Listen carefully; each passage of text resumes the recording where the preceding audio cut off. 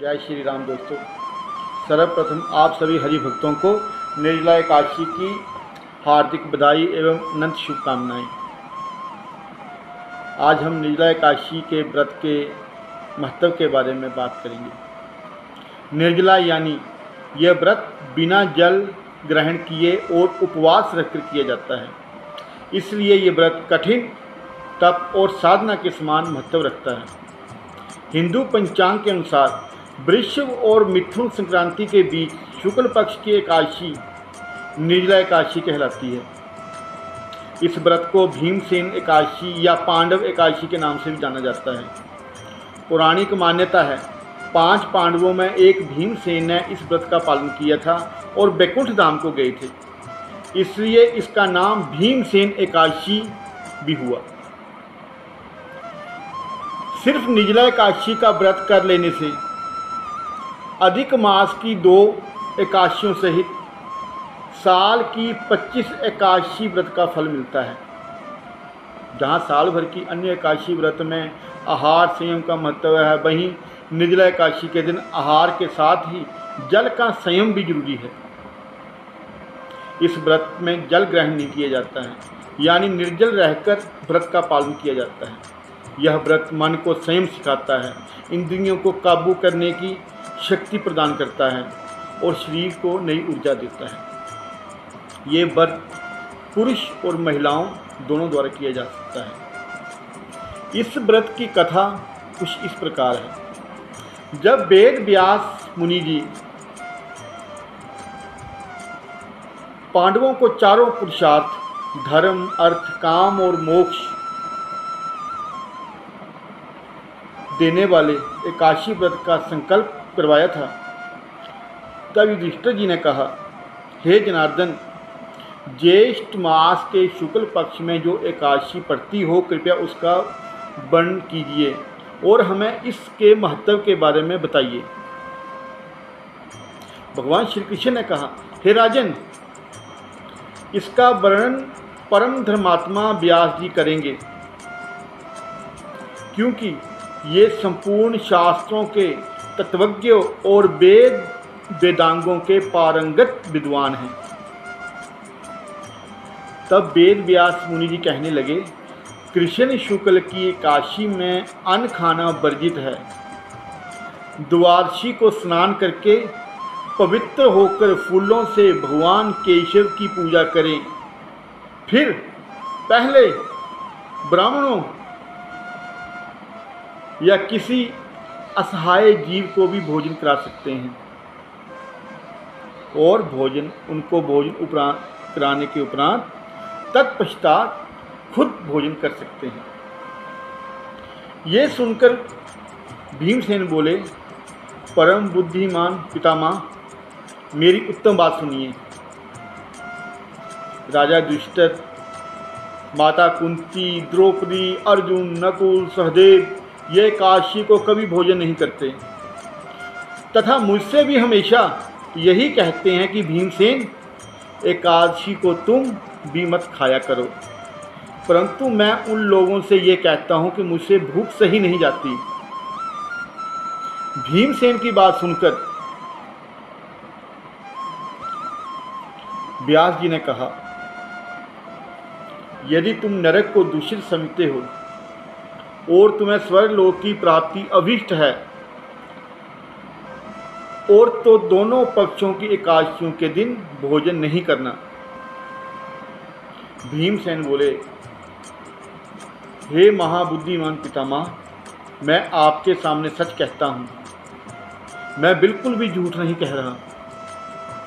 मुझसे एक बार भोजन करके भी व्रत नहीं किया जा सकता, तो फिर उपवास करके मैं कैसे रह सकता हूँ। मेरे उदर में, मेरे पेट में वृक्क नामक अग्निस्वदा प्रज्वलित रहती है। कहने का तात्पर्य है कि मेरी पेट में जो है भूख की आग हमेशा जलती ही रहती है, प्रज्वलित ही रहती है, और जब तक मैं भर भर कर भोजन ना करूं, तब तक ये भूख की जो आग है ये शांत नहीं होती।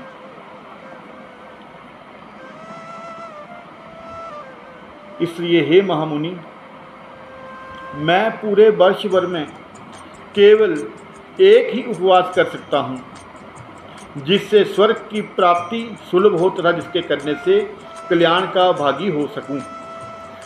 ऐसा कोई एक व्रत निश्चय करके बताइए कि मैं उसका यथोचित रूप से पालन करूंगा।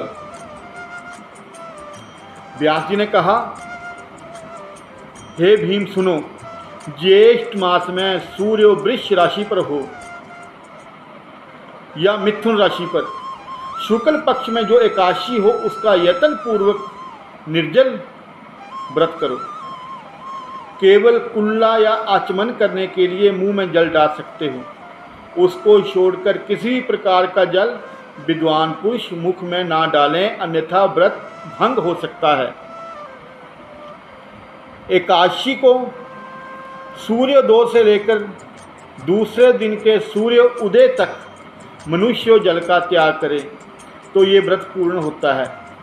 इसके बाद द्वादशी को प्रभात काल में स्नान करके भगवान के कार्यों में दान करें। इस प्रकार सब कार्यों करने के उपरांत भोजन करें।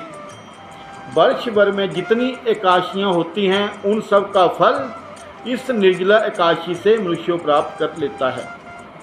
इसमें तनिक भी संदेह नहीं है। शंख, चक्र और गदा धारण करने वाले भगवान केशव ने मुझसे यही कहा था कि यदि मानव सब कोई छोड़कर एकमात्र मेरी शरण में आ जाए और एकादशी को निराहार रहे तो वह सब पापों में छूट जाता है। जिन्होंने भी श्री हरि की पूजा और